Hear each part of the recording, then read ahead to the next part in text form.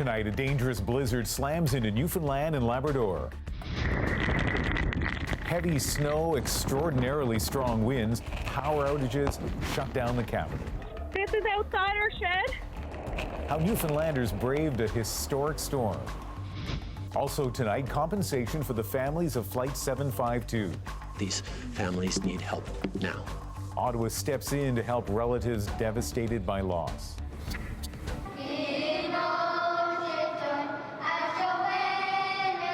Ojibwe takes center stage. The 10-year-olds making history in Winnipeg. This is The National. Right now, we're tracking an incredibly powerful blizzard moving across parts of Newfoundland. States of emergency have been declared in St. John's and surrounding communities. Officials are warning everyone off the roads and indoors because it is so dangerous, and it's not letting up anytime soon. This has been the scene in eastern and central Newfoundland through the day. Wind gusts strong enough to blow you over. Snow falling fast, at times 10 centimeters an hour. By the time it's all done, and that won't be until tomorrow, 75 centimeters or more is expected to have come down. Then the digging out begins. We have extensive coverage tonight throughout the program as we watch to see how this monster storm plays out.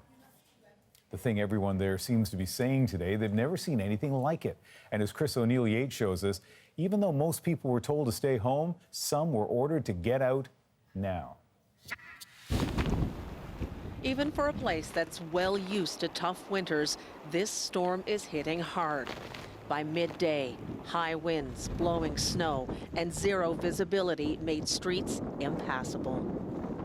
I can't see anything. I can't see across the street. Both of my cars are completely snowed in at this point. There's nothing out there except wind and snow, and it's kind of scary. This was the scene at a home in the Battery region of St. John's tonight, an avalanche. The city is evacuating the area over fears of more.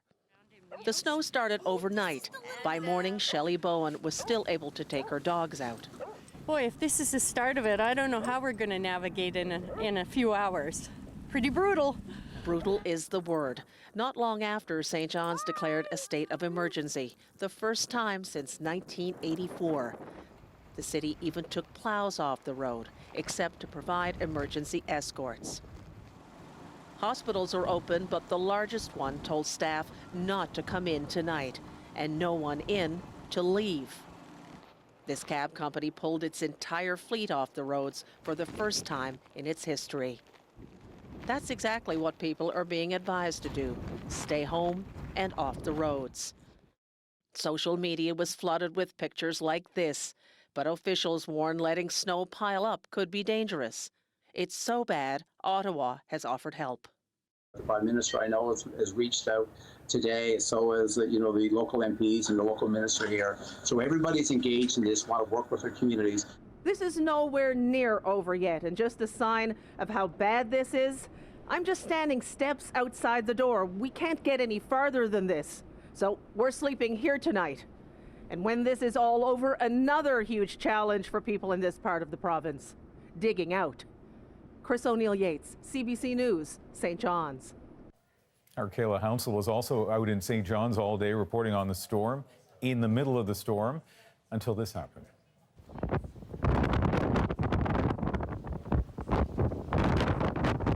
Hear how strong the winds are, blowing snow, making it impossible to speak or really do much of anything outside. Kayla took that video in front of her hotel before she had to head inside for her own safety. And that's where she is right now. And Kayla, describe for us what it was like as the storm was reaching that point where you were taking the video. Yeah, Ian, when that state of emergency went into effect, we had actually been reporting from just outside these doors here, and even that became just too much. It really was just too difficult to speak. That wind, which is still raging outside, rattling the windows here in the hotel tonight, was just so intense. It was taking my breath away and just whipping that snow right into my face. And then on top of that, the snow was coming down so fast and so heavy, it was actually filling my eyelashes, if you can imagine, and forcing my eyes shut. So you're from Newfoundland, you've withstood some pretty big storms. What stands out about this one to you? Well, I actually grew up in central Newfoundland, which typically gets quite a bit more snow than here on the Avalon Peninsula. I've also been a reporter in Nova Scotia for more than a decade, and I have never seen anything that even remotely compares to this, Ian. It's that combination of high wind and heavy snow. And you know, Newfoundlanders don't shy away from storms very easily. I always say if they say it's a bad storm, it's a bad storm, and it's clear they're taking this one pretty seriously, Ian. No kidding. Thank you very much, Kayla. You bet. Now, before the storm intensified, some Newfoundlanders did brave the conditions to see for themselves just how bad it was out there, and they shared their stories with us. This is outside our shed. We have a lot of snow, so that light, that's our back door to get in our house, but not really accessible at this moment. As Newfoundlanders, we're definitely very used to having our fair shares of storms, but nothing quite like this where the snow is falling at such high rates. It kind of has a similar feeling to when Hurricane Igor hit us back in 2010 with the strong winds and rain that came with that. However, the roads were open then, whereas right now the roads are closed. It's really not a good scene right now here in the Avalon. Can't even see our neighbor's house, our cars, or anything, even the trees. Anything like this before. Our windows are just covered with snow, some of them topped over with the snow. So far today, we've had to shovel our doors out 4 times to make sure that we don't get fully snowed in. I can't see anything. I can't see across the street. Both of my cars are completely snowed in at this point. There's nothing out there except wind and snow, and it's kind of scary. We all came in the shed as we have a fire in, so if the power does go, we can stay in here and stay nice and warm and cook our food on the stove. This is probably the worst I've seen here, but we're making the best of it. Now, part of the challenge of cleaning up all that snow, and that's still to come, is how much was on the ground before the blizzard even began. The city of St. John says more than 170 centimeters of snow had already fallen this winter. 42 centimeters were still hanging around. That means there could be nearly 120 centimeters or 4 feet of snow on the ground by the time this blizzard finally lets up. Well, let's bring in Ashley Brauweiler, our meteorologist with CBC Newfoundland and Labrador. A wild day, and this storm is going to continue for hours yet. It absolutely is. We're in the thick of things right now, Ian. We're looking at winds in excess of 160 kilometers per hour. Overnight tonight and heading into the first half of tomorrow, those gusts are still going to be strong, anywhere from 100 to, again, 160 kilometers per hour. Certainly not out of the question. And, you know, we're looking at a lot of snow as well, upwards of 75. Not out of the question to see any more than that. 80, 90 centimeters is certainly possible, but of course with these winds, it'll be almost impossible to verify those numbers. 75 centimeters of snow, that's about 2.5 feet. That is extraordinary by any Canadian standard. Add the wind, and it's really hard for a lot of us to relate to that. By Newfoundland standards, how rare is this? Yeah, and Newfoundland and Labrador is some of the wildest weather that Canada has to offer, that's for sure. The last time that we saw something like this, the snowfall amounts was in 1999. That was in April. Keep in mind, there was no snow on the ground at that point. There was about 40 centimeters on the ground when this storm initially hit. So, you know, I'm seeing reports on Twitter and on social media that this is a storm that Newfoundlanders will never forget. All right, well, the rest of Canada thinking about Newfoundland tonight for sure. Ashley Brauweiler, our meteorologist there. Thank you. Thank you. With the worsening road conditions, getting help to those who need it has been a challenge. Plows responded to more than 40 calls to help ambulance and police. Premier Dwight Ball has been tracking those efforts at a dispatch center in Deer Lake in western Newfoundland, where they've received an unprecedented number of calls, and he spoke with me a little earlier this evening. Premier, thanks for joining us on what obviously has been a very busy time. Well, I'm pleased to be here under what is, you're right, a very difficult day. So give me a sense of what kind of emergency resources have been deployed over the last few hours and will be deployed in the province. Well, it's been a very busy day for our public sector workers in the province, and it started very early this morning with, of course, our crews through Transportation and Works. You know, they did their very best today to keep our highways open, as long as those folks that work with us in municipal affairs. But you know what happened here, of course, today, given where we were and the number of state of emergencies that were declared by our cities, and we really had to take our equipment off the road very early today to protect our workers who were working tirelessly to keep roads open, but it just could no longer happen in these extreme weather conditions. Any difficult moments in terms of not being able to get to people who either needed help or felt that they needed help? Well, I'm in the 511 call center. It's here in Deer Lake in Newfoundland and Labrador. But the conditions here today are the unprecedented number and volume of calls that are coming in, giving examples of many people in our province that were in distress. And with the plows off the road, with the equipment off the road, we had to keep the staff working in those departments, working at those depots, so that they could be deployed to support quite a few emergencies that were occurring across our province today. So it's been very difficult for our first responders, but we've been doing our very best to support them. Listen, just a few seconds here, Premier, but let me ask you this. Unprecedented storm means unprecedented cleanup. When do you start turning your attention to that? We'll be starting real early tomorrow. We're deploying all the necessary resources that's required that we have in the province. It will be difficult. We're asking people to be patient for a few days, but we're also asking people to check on their neighbors tonight. You are calm in the center of the storm, Premier. Thank you very much for joining us. Thank you, Ian. We have much more on the blizzard to come, but first, still in Newfoundland.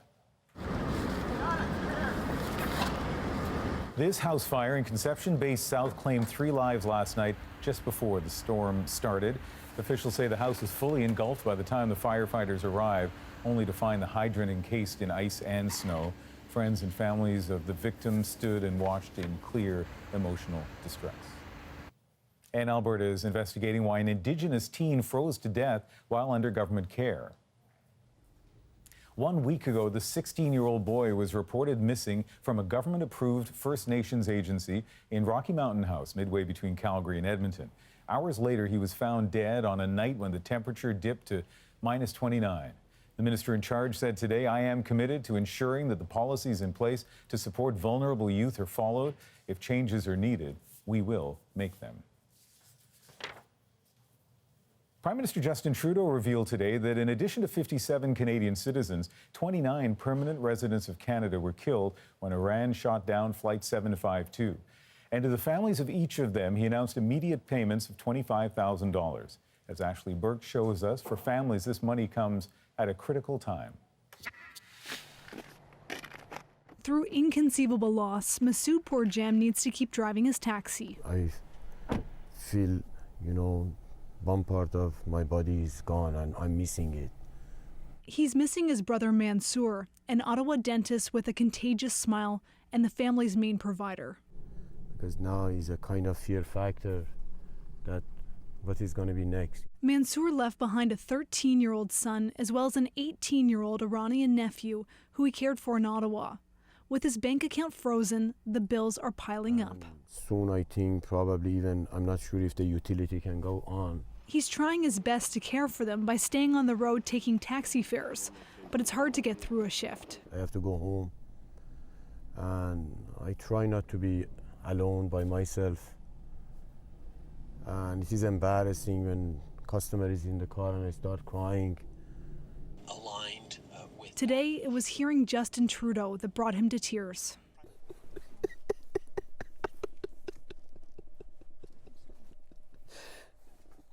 Sorry, I can't go. He remains weighed down by grief. But $25,000 from the federal government will lessen his burden. It is not the compensation that we expect will come and should come from Iran in due course, but these families need help now. And we will be getting this money to them as quickly as we possibly can in the coming days. For the Pourjam family, it's a lifeline. At least that for a few weeks I can breathe a sigh of relief. That would be very helpful. There's another immediate concern, bringing his brother's remains back to Canada.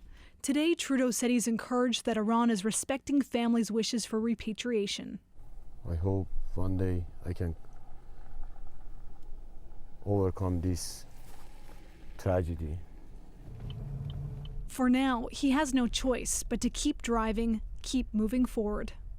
Ashley Burke, CBC News, Ottawa. The Prime Minister also addressed earlier comments he made, interpreted by some as putting blame on the Trump administration for the downing of Flight 752. What is your level of culpability you think the Americans bear in this?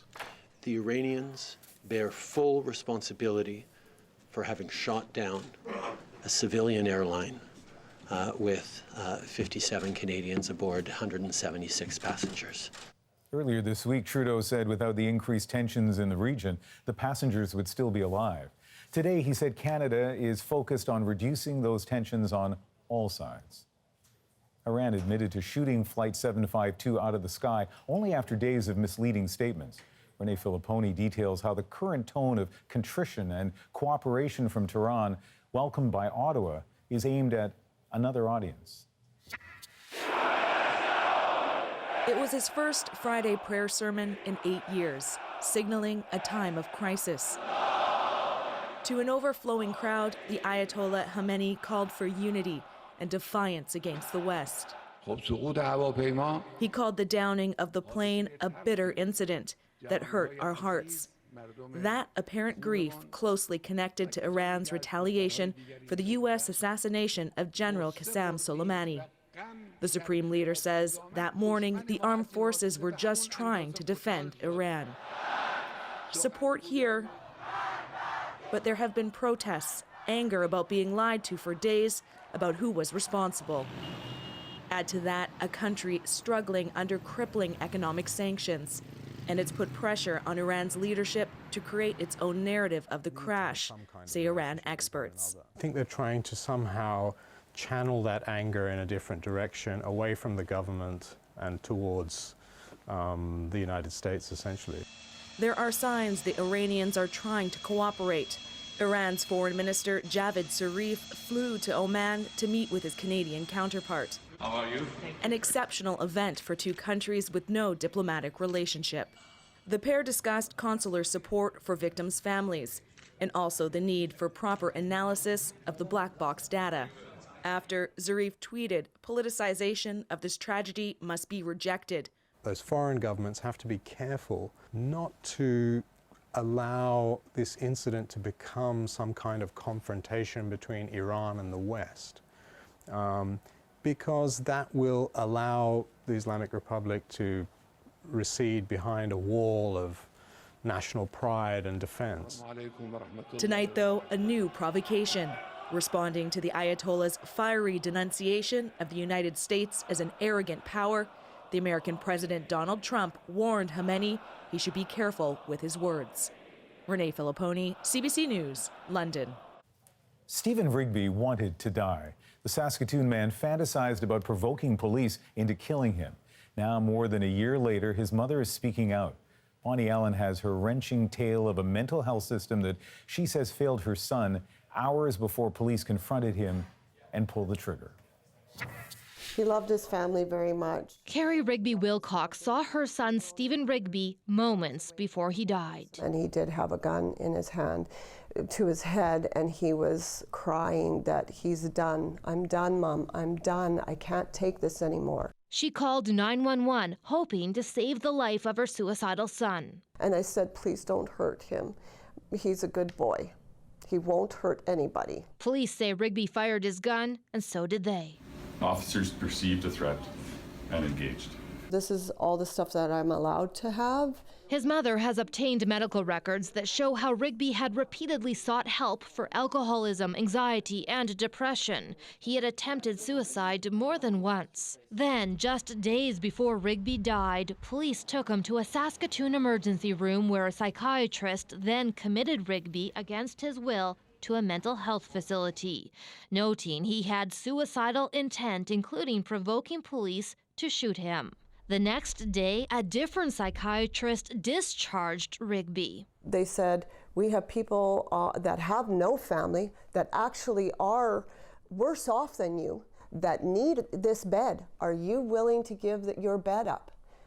And Stephen told me, Mom, what was I supposed to say? 48 hours later, he was dead. That's not a decision patients should ever be asked to make, but I also very sympathetic with the healthcare staff that's put in this situation where there's people lined up at the door. For years, there have been concerns about this mental health facility being overwhelmed. The opposition leader is calling for more treatment options for addictions and mental illness. The health ministry says it will add more beds and meet with Stephen Rigby's family.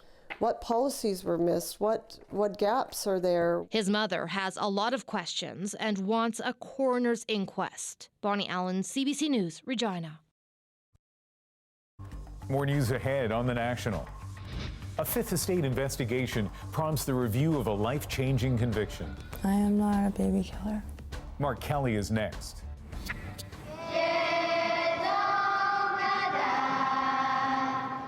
Plus, the Winnipeg students who made NHL history tonight.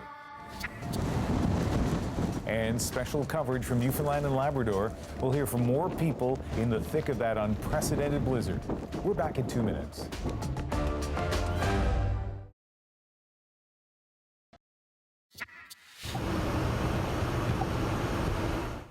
Another look at our top story tonight, the massive blizzard slamming Newfoundland. A state of emergency is in effect. Heavy snow and high winds have shut down some communities. So bad, some people at work are being told, don't even try to go home tonight. We'll have updates throughout the hour. An investigation by Fifth Estate has prompted the BC government to look into the 2010 conviction of a woman to ensure there was no miscarriage of justice. The woman was babysitting a child who drowned in a bathtub. The babysitter, Tammy Bouvette, was charged with second-degree murder. But as Mark Kelly reports, her defense was never shown evidence that could have exonerated her. It was May 2011. Little Ayanna Teeple was getting a bath when her babysitter left to clean up a spill in another room. Tragedy struck quickly. There was a 911 call to a residence here in town, in Cranbrook. The call was for possible drowning of a 19-month-old girl. The child was airlifted to a Calgary hospital where she died. No charges were laid until an autopsy from Dr. Evan Matchis. He detected extensive bruising on the baby, which he said was typical of abused children. Tammy Bouvette is charged with second-degree murder in the death of a 19-month-old baby girl. Being charged with second-degree murder is not right. I love that little girl like my own. Bouvette, the babysitter, pled guilty to criminal negligence and spent 2 years in jail. What she didn't know was in 2012, the autopsy in her case was reviewed by a panel of experts appointed by Alberta Justice. The 3 pathologists saw no sign of abuse on the child. That report was never shared with her lawyer, Jesse Gelber. So manner of death, not reasonable. Cause of death, not reasonable. Other opinions, not reasonable. Yeah, well, that was my gut feeling when I got the file. She wasn't a murderer. No, she's just a really sweet person, actually. Alberta Justice reviewed 14 cases handled by Dr. Matchis, but when he challenged the review in court, it was struck down. Alberta Justice then promised a second review. It never happened. Meanwhile, Tammy Bouvette's life went into a free fall. She lost custody of her 4 children. We found her living on the streets outside of Vancouver. A terrible thing happened, and I wish I could have changed it. And I got put in a category which I'm not. What category is that? I am not a baby killer. Alberta Justice told the Fifth Estate it shared the expert review of Tammy's case with BC's Crown Service. But like her lawyer, Tammy says this is the first she's heard of it. Shame on them for not, doing their job right. After we contacted the BC government to ask why Tammy Bouvette and her lawyer were not given this information, BC's Attorney General appointed the special prosecutor. She'll investigate the conduct of the province's Crown Prosecution Service to determine whether this was indeed a miscarriage of justice. Mark Kelly, CBC News, Toronto. And you can see more of that investigation this week on the Fifth Estate, Sunday night on CBC Television and CBC Gem, 9 o'clock, 9:30 in Newfoundland. To some other stories now making news across Canada tonight. A Saskatoon man has been found guilty of creating a phony fundraising page for victims of the Humboldt Broncos crash. Andre Olesiuk raised about $3,800 through a Pray for Humboldt GoFundMe page just days after that fatal crash in 2018. Bank records show he deposited most of the money into his own account. He'll be back in court in March for sentencing. Little space, please. Yeah. Little space. Meng Wanzhou made a brief appearance in BC Supreme Court this morning, just days before her extradition hearing is set to begin in Vancouver. The Huawei chief financial officer faces charges of committing fraud to try and evade U.S. sanctions on Iran. She's been living under house arrest since being detained just over a year ago. Civil rights groups opposed to Quebec's secularism law are taking the fight to Canada's top court. They've asked the Supreme Court for permission to have Bill 21 suspended, saying some Quebec residents have suffered serious and irreparable harm because of the law. The controversial legislation bans certain public servants from wearing religious symbols to work. The bill's constitutionality has already been challenged in Quebec courts twice. Both efforts have failed. And Thérèse Dion, mother of Canadian sensation Céline Dion, has died. The 92-year-old, affectionately known as Maman Dion in Quebec, passed last night surrounded by family. She was not only mother to Céline, the youngest of her 14 children, but also a television personality with her own cooking show. In a tweet earlier today, Céline says that she'll dedicate tonight's show in Miami to her mother. Time for a quick break. Still ahead tonight. Prince Harry and Meghan are coming to Canada, but what are they leaving behind? We look at the intense scrutiny they face back home. But first, back to Newfoundland and Labrador, a blizzard shutting down the capital. More on the emergency unfolding tonight, right after the break.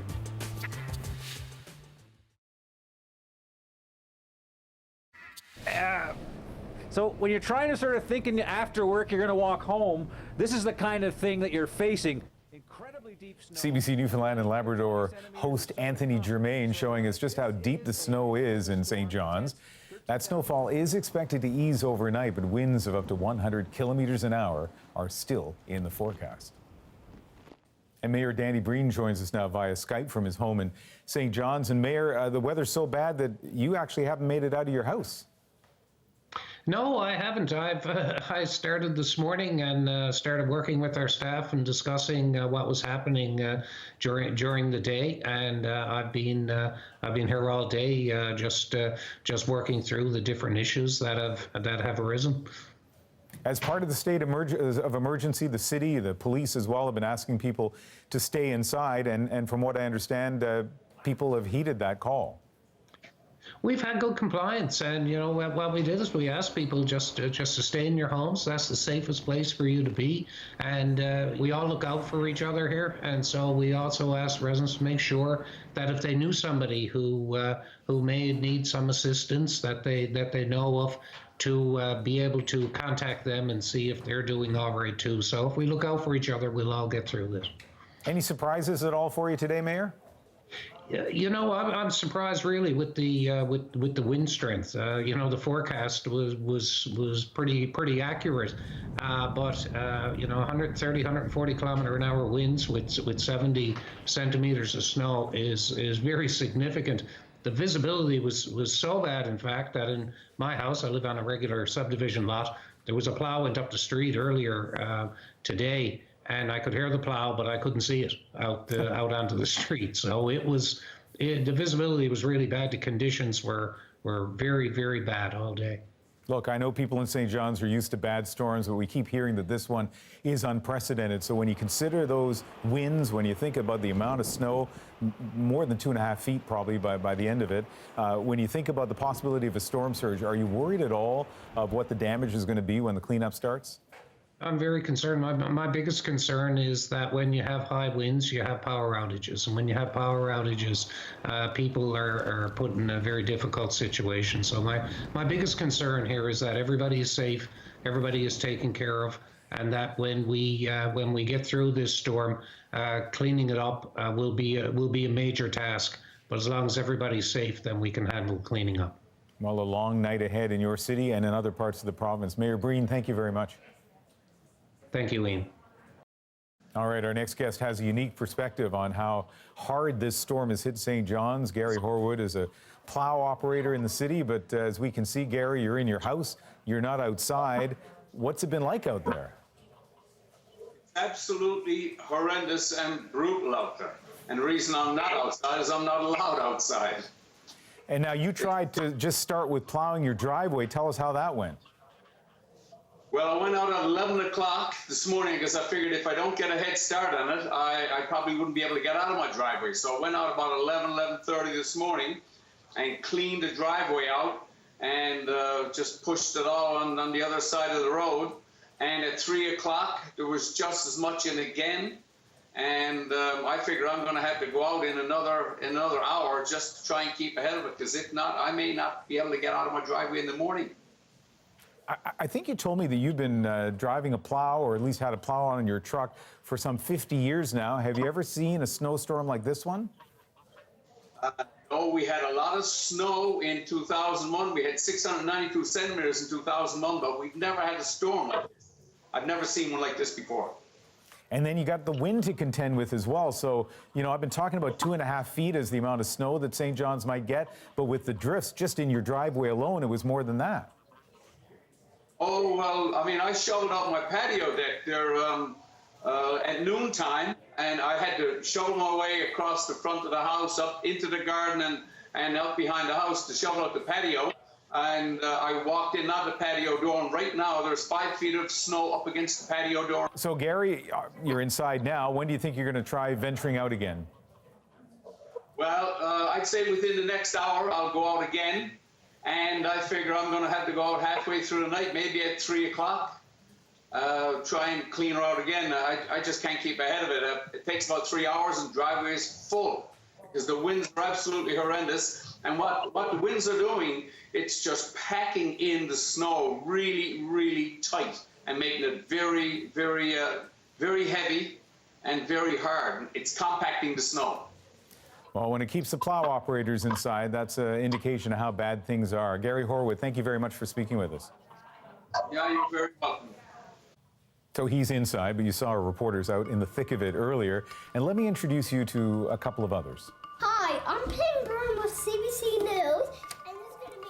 That's one way to pass a storm day. This brother broadcasting duo ahead in the moment. But first, what drove Prince Harry and Meghan to decide to move to Canada? When you look at, you know, Princess Pushy, or Wedding of the Rears, or Touchy-Peely Meghan, like, how much responsibility does a newspaper like The Sun bear? What's wrong with any of those headlines? We look at that next on The National. But we are I mean, people don't understand.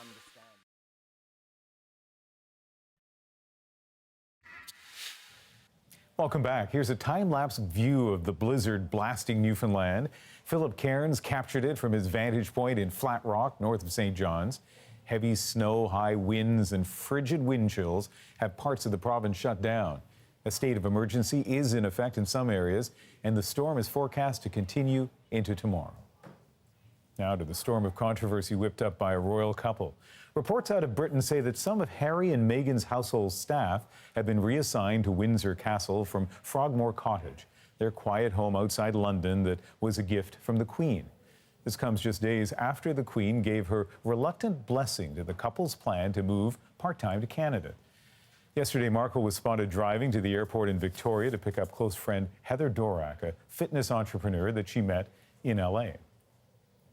With their move to Canada apparently taking shape, we asked Thomas Dagla to take a closer look at what drove the Duke and Duchess to rebel against their royal status and seek a life away from the crowds. I think she's hang on. I've listened to you, Andrew, all morning. Protect the monarchy. So if it is perceived... Can leaving Britain really mean escaping all the chatter? Public declaration before telling I totally agree. All the noise that comes with a royal title. The Queen has been put in an impossible position. It's an unprecedented plan. Absolutely bamboozled and worried. But were Prince Harry and Meghan always headed this way? Always destined for a so-called Megxit?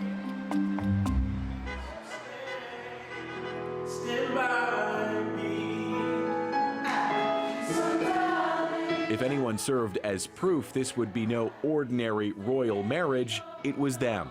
South London's Kingdom Choir, singing American Soul in a 15th century English chapel. An unlikely choice for a wedding attended by the Queen, but an indication the newlyweds would do things differently. perhaps too differently for some. When they got married, I actually thought, this is a real power couple. They want to change the world. It's already a whole new world for the choir, spending more time touring.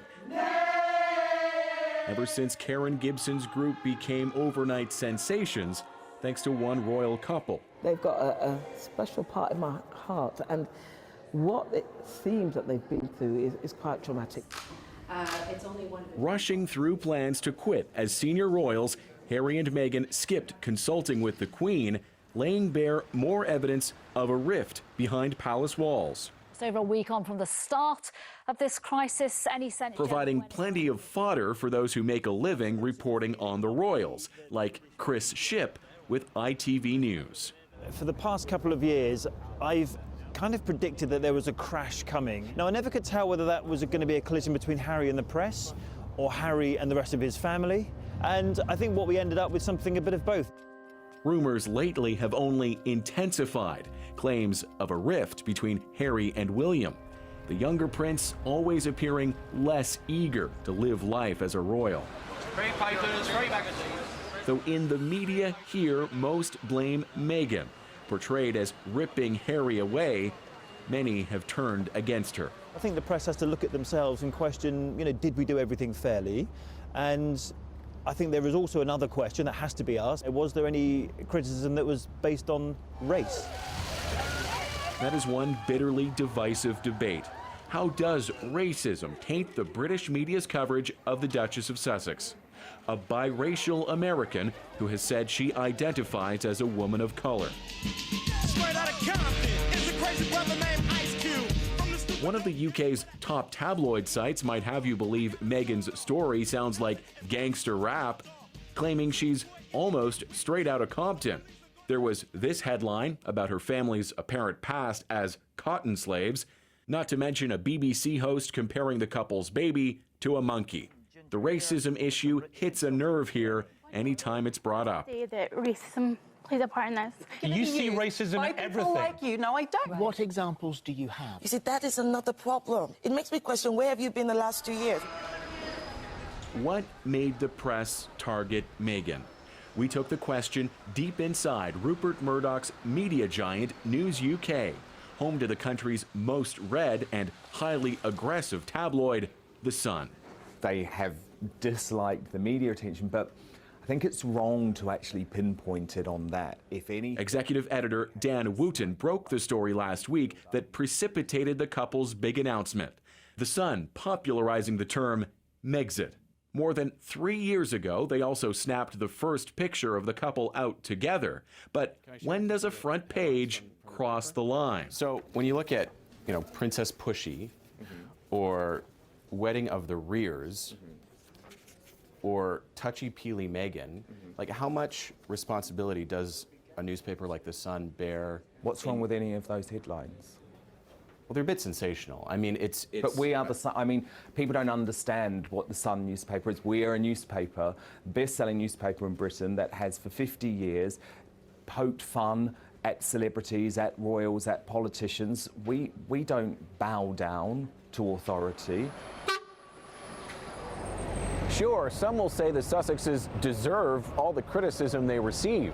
Campaigning against climate change, then flying off on a private jet, reaping the rewards of royal life, but never accepting the drawbacks. Remember, Harry never enjoyed the media attention. Scarred by his mother's death, some of his best years were spent far away as Captain Wales in the British Army. Dean Stott remembers those days well. Yeah, he's most comfortable away from the cameras, and that's when you'll get to know the real Harry, when there's no camera. A former Special Forces soldier, Stott now does charity work and stays in touch with his royal friend to this day. He's got a hunch Harry and Meghan's new life might be just what they need. So, I've worked with the Royal Foundation on my last campaign, and there's a lot of protocol, there's a lot of red tape. If you take that away, they're actually in a great position to do a lot of good. That choir foreshadowed change, but it may have come quicker than expected. For that couple in search of better harmony, it's another new beginning. Thomas Dagg, CBC News, London. Coming up in the history of the NHL, this has never happened before.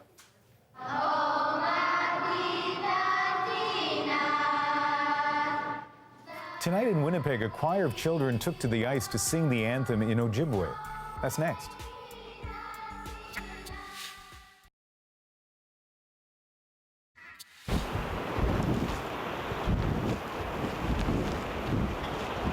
Once more to our top story, the storm hammering Newfoundland with heavy snow and winds over 120 kilometers an hour at times.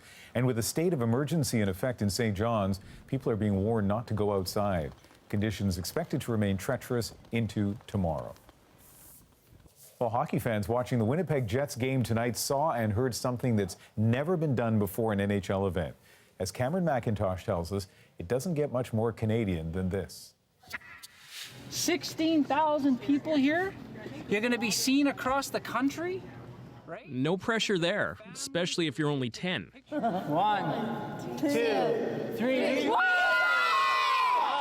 For this small choir from Winnipeg's Riverbend Community School, it's not just the size of the audience that's special. Oh, Canada, oh, Magidakina. It's the song, O Canada, in Ojibwe. According to the Winnipeg Jets, a first for a National Hockey League game and a first in North American pro sports. I'm really excited. Why? Because I really wanted to be a part of Ojibwe. What's your favorite part about singing? That I get to sing for other people. A big platform for a language undergoing a revival, especially in Manitoba. For far too long, too many generations, we haven't had the opportunity to share the gifts and the beauty of our Indigenous culture. Nice! Kevin Chief is a community liaison, working with the Jets to build ties with the Indigenous community, from getting kids playing to supports for education and mental health programming. You can't talk about the history of Canada or Manitoba without talking about the unique relationship with Indigenous people. Tonight's game, a fully Indigenous-led display of culture, right down to the warm-up jersey. Ladies and gentlemen, please welcome from Swan Lake First Nation. And for the girls, the weight of a Winnipeg tradition. It's come from both Indigenous and non-Indigenous people. Will the fans know when to yell True North? Only one way to find out.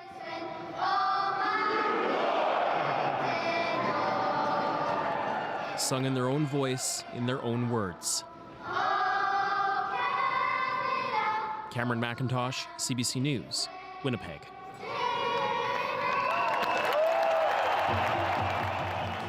We'll be right back. The Moment is up next. And as you can see here, we have a raging blizzard. You could say it was all hands on deck today in Newfoundland. We'll be right back. CBC News Live.